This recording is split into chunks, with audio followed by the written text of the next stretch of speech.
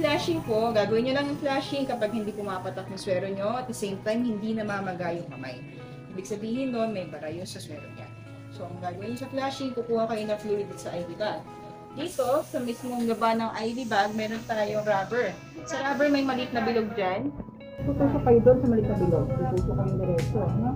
Tutusok lang ganyan. Okay. Then, kukuha kayo ng konti fluid. Okay. Konti fluid lang. 1 ml sila. 1. Okay na po. Okay. Then, tatanggalin niyo yung hangin. Important po dyan yung walang hangin. So, pag walang hangin, walang bubbles, that's okay na po. No?